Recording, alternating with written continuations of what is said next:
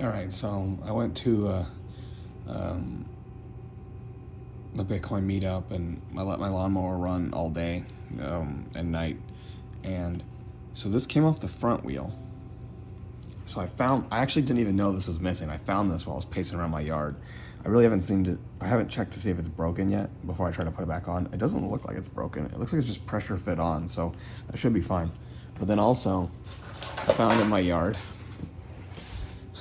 so the brushing system was all in pieces in my yard. So I don't know if my thing got in a fight with someone's car, or I don't know. It was in my yard. Actually, it was really close to its docking station. It had a full bag, like it does. I came back, and it had all exploded.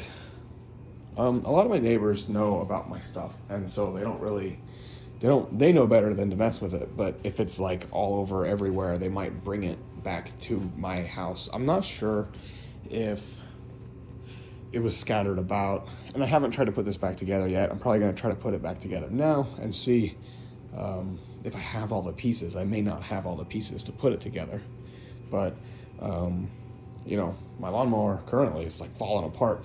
My yard's looking good, but my lawnmower's falling apart. So I need to try to assemble this, and I'll let you know how it goes.